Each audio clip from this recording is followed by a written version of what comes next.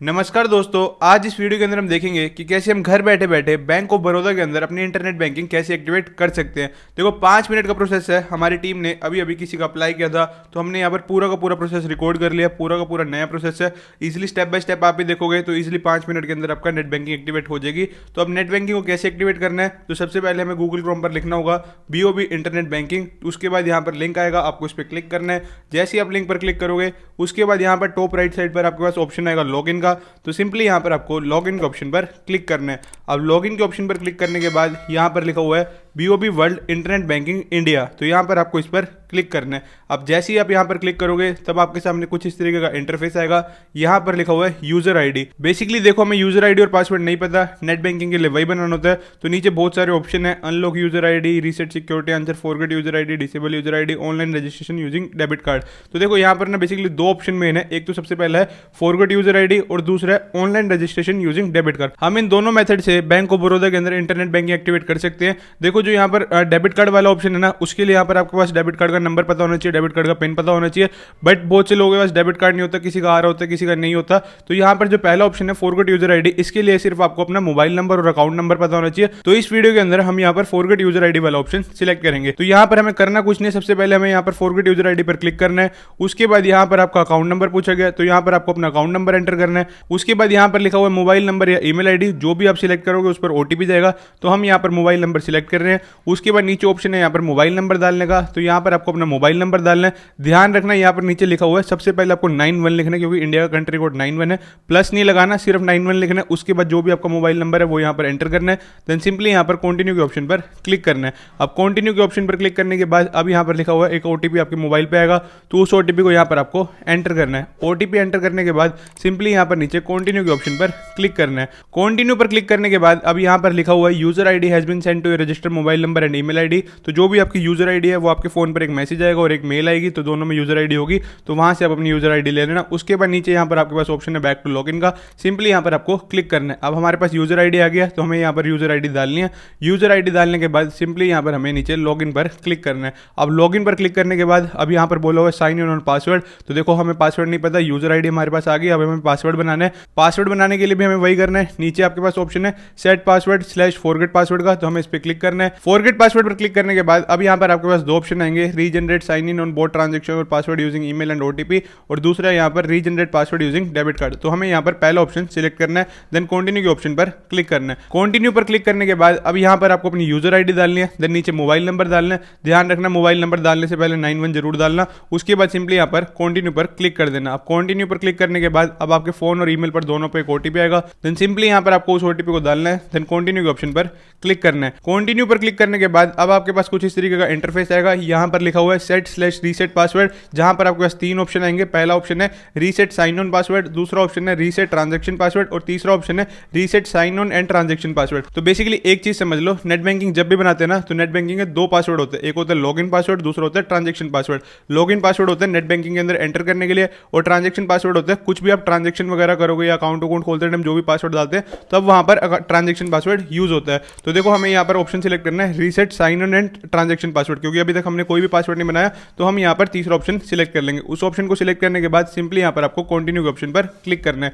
अब कंटिन्यू के ऑप्शन पर क्लिक करने के बाद यहाँ पर आपको पासवर्ड बनाने के लिए बोल रहा है। सबसे पहले बोल रहा है यहाँ पर आपको साइन ऑन पासवर्ड बनाना है, बेसिकली नेट बैंकिंग के अंदर जाने के लिए। नीचे यहाँ पर बोल रहा है आपको ट्रांजैक्शन पासवर्ड बनाना है। अब देखो पासवर्ड जो भी बनाना है ना, ऊपर बता रखे कि पासवर्ड कैसे बनाना है, एक बार उसे भी पढ़ लेना। मैं आपको बता देता हूँ कि पासवर्ड बनाना कैसे है। एक बात तो याद रख लो आप, जो भी आपका पासवर्ड होगा वो अल्फाबेट प्लस न्यूमेरिक कैरेक्टर का होगा। जैसे एग्जांपल के लिए बताता हूँ, पुलकित 1 2 3 4, अल्फाबेट भी आ गए और आपका न्यूमेरिक कैरेक्टर भी आ गया, ठीक है। उसके बाद यहाँ पर लिखा हुआ है स्पेसेस आर नॉट अलाउड। जैसे पुलकित लिखा PULKIT स्पेस 1 2 3 4, बीच में स्पेस नहीं दे सकते, स्पेसेस आर नॉट अलाउड। तो सिंपली यहाँ पर पुलकित 1 2 3 4 कर सकते हैं, ठीक है। उसके बाद यहाँ पर लिखा हुआ है जो पासवर्ड है वो कम से कम 8 कैरेक्टर का हो सकता है और ज्यादा से ज्यादा 16 कैरेक्टर का हो सकता है, ठीक है। उसके बाद यहाँ पर लिखा हुआ है password should contain special character. अब देखो यहाँ पर लिखा हुआ है जो स्पेशल कैरेक्टर होते हैं ना, @ एंड *, %, ये स्पेशल कैरेक्टर्स होते हैं, इनको भी आपको अपने पासवर्ड के अंदर यूज करना है। जैसे एग्जांपल के लिए बता देता हूँ, pulkit@1 2 3 4। अब यहाँ पर क्या हुआ, अल्फाबेट भी आ गए, स्पेशल कैरेक्टर भी आ गए और न्यूमेरिक भी आ गए, तो तीनों का कॉम्बिनेशन होना चाहिए। बाकी पासवर्ड तो आप खुद अपने अकॉर्डिंगली बना सकते हैं। यहाँ पर मैंने आपको एग्जांपल बताया। तो सबसे पहले तो यहाँ पर आपको अपना साइन ऑन पासवर्ड बनाना है। तो जो भी पासवर्ड आप बनाओगे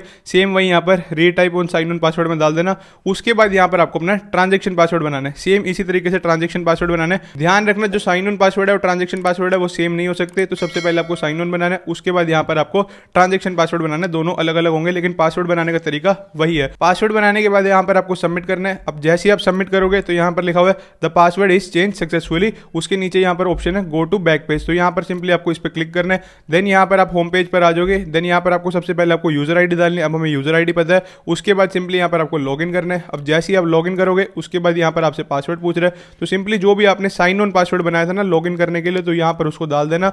उसके बाद यहाँ पर आपको कैप्चा कोड फिल करना है। देन सिंपली यहाँ पर आपको नीचे लॉगिन के ऑप्शन पर क्लिक करना है। अब जैसे ही आप लॉगिन के ऑप्शन पर क्लिक करोगे उसके बाद यहाँ पर लिखा हुआ है वेलकम टू बड़ौदा कनेक्ट। उसके नीचे यहाँ पर ऑप्शन होगा एनरोल नाउ का। तो सिंपली हमें उस ऑप्शन पर क्लिक करना है। अब यहाँ पर बड़ा बड़ा लिखा आएगा पर्सनल मैसेज। तो नीचे पर्सनल मैसेज लिखने का ऑप्शन भी है। यहाँ पर लिखा हुआ है कि आप 40 कैरेक्टर से बड़ा पर्सनल मैसेज नहीं लिख सकते। जो भी आप पर्सनल मैसेज लिखोगे वो आपका अल्फाबेट और न्यूमेरिक के अंदर होना चाहिए। यहाँ पर आप स्पेशल कैरेक्टर यूज नहीं कर सकते। और बेसिकली पर्सनल मैसेज है किस लिए, तो लिखना भी क्या है यहाँ पर। अब आप ये पूछोगे पर्सनल मैसेज इसलिए जब भी आप नेट बैंकिंग के अंदर एंटर होगे तो यहाँ पर आपका जो भी आपने पर्सनल मैसेज लिखा हुआ है होम स्क्रीन पर वो लिखाएगा। वो आपको इंश्योर कर देगा कि आप राइट नेट बैंकिंग के अंदर एक्टिवेट हुए हो। तो यहाँ पर कुछ नहीं करना, हाई लिख देना और अपना नाम लिख देना। बाकी आपकी मर्जी है, आप अपने अकॉर्डिंग 40 कैरेक्टर का कुछ भी लिख सकते हो। मैं यहाँ पर हाई और अपना नाम लिख दूंगा। अब ये करने के बाद नीचे यहाँ पर ऑप्शन है सिक्योरिटी क्वेश्चन का। तो अब हमें यहाँ पर सिक्योरिटी क्वेश्चन सिलेक्ट करने हैं। सिक्योरिटी क्वेश्चन बेसिकली ना इसलिए होता है कल को आप अपना पासवर्ड भूल जाओ तो रिकवरी के टाइम पे बहुत हेल्प करते हैं। तो जो भी सिक्योरिटी क्वेश्चन आप सिलेक्ट करोगे और उसका आंसर दोगे उसकी फोटो खींच लेना ताकि कल को आपको याद रह जाए। ठीक है, तो यहाँ पर आपको कम से कम 5 सिक्योरिटी क्वेश्चन सिलेक्ट कर सकते हो और ज्यादा से ज्यादा आप यहाँ पर 15 सिक्योरिटी क्वेश्चन सिलेक्ट कर सकते हो। तो सिक्योरिटी क्वेश्चन आप अपने अकॉर्डिंगली सिलेक्ट कर लेना जो भी है यहाँ पर, जैसे what is your place of birth, what is your favourite dish, what is your favourite hero. तो जो भी आपकी सिक्योरिटी क्वेश्चन है उसके अकॉर्डिंग यहाँ पर आप सिलेक्ट कर लेना और साथ में आंसर देना। कम से कम यहाँ पर आपको 5 करने और ज्यादा से ज्यादा आप 15 कर सकते हो, आपकी मर्जी है। हम तो यहाँ पर सिर्फ 5 ही करेंगे। अब 5 सिक्योरिटी क्वेश्चन सिलेक्ट करने और उसके आंसर देने के बाद नीचे यहाँ पर आपके पास ऑप्शन आएगा सेट पासवर्ड का। अब आप बेसिकली पूछोगे भाई सेट पासवर्ड फिर से, तो देखो जो अभी हमने यहाँ पर लॉगिन और ट्रांजेक्शन पासवर्ड बनाया था ना, अब यहाँ पर उनको फिर से चेंज करना पड़ेगा। बैंक ऑफ बड़ौदा यही बोलता है कि आपने जो पासवर्ड बनाया था उसे चेंज कर लो, अब यही आपका फाइनल पासवर्ड होगा। तो यहाँ पर आपको बेसिकली फिर से साइन ऑन पासवर्ड और ट्रांजेक्शन पासवर्ड फिर बनाना होगा। तो वो आपको पता ही है कि पासवर्ड कैसे बनाना है। साइन ऑन पासवर्ड वही कम से कम 8 कैरेक्टर और ज्यादा 16 कैरेक्टर हो सकते हैं। और यहाँ पर आपको स्पेशल कैरेक्टर न्यूमेरिक और अल्फाबेट का यूज करना है। और जो भी आपका साइन ऑन पासवर्ड और ट्रांजेक्शन पासवर्ड है वो दोनों अलग अलग होना चाहिए। तो एक बार आपको फिर से पासवर्ड बनाना है, लॉगिन वाला पासवर्ड भी और ट्रांजेक्शन वाला पासवर्ड भी। दोनों पासवर्ड बनाने के बाद सिंपली यहाँ पर आपको नीचे रजिस्टर के ऑप्शन पर क्लिक करना है। अब जैसे ही आप रजिस्टर के ऑप्शन पर क्लिक करोगे तो यहाँ पर लिखा है the password is change successfully, your request has been submitted successfully. तो यहाँ पर अब आपका यूजर आईडी और पासवर्ड सक्सेसफुली बन चुका है। अब करना कुछ नहीं है, फिर से होम पेज पर आना है। यहाँ पर आपको अपनी यूजर आईडी डालनी है, देन लॉगिन करना है। उसके बाद वही आपको मोबाइल नंबर डालना है 91 लगा के, देन कंटिन्यू करना है। देन आपके फोन पर ओटीपी आएगा, उसे डालना है। ओटीपी डालने के बाद अब यहाँ पर आपको अपना साइन ऑन पासवर्ड डालना है, देन लॉगिन के ऑप्शन पर क्लिक करना है। अब यहाँ पर आप बैंक ऑफ बड़ौदा के इंटरनेट बैंकिंग में एक्टिवेट हो चुके हैं, जैसा कि आप स्क्रीन पर भी देख सकते हैं। यहाँ पर मेरा नाम भी आ गया, जो हमने मैसेज लिखा था पर्सनल मैसेज हाय, उसके बाद मेरा नाम है। तो यहाँ पर हम नेट बैंकिंग के अंदर एक्टिवेट हो चुके हैं। अब यहाँ पर आप नेट बैंकिंग का पूरा फायदा उठा सकते हो। जितनी बैंक ऑफ बड़ौदा की बैंकिंग सर्विसेज है वो सारी की सारी आप नेट बैंकिंग से अवेल कर सकते हो। तो ये था पूरा का पूरा प्रोसेस, कैसे हम घर बैठे बैठे बैंक ऑफ बड़ौदा के अंदर इंटरनेट बैंकिंग एक्टिवेट कर सकते हैं। बाकी बहुत से लोग कमेंट आते हैं कौन सा माइक यूज करते हो, तो यहाँ पर मैं लिंक दे दूंगा नीचे, फ्लिपकार्ट का है, वो आप चेक कर लेना। बाकी किसी को फिर भी कुछ डाउट हो तो नीचे comment section is open for you. मिलते हैं हम नेक्स्ट वीडियो में। Till then have a right path means focus path.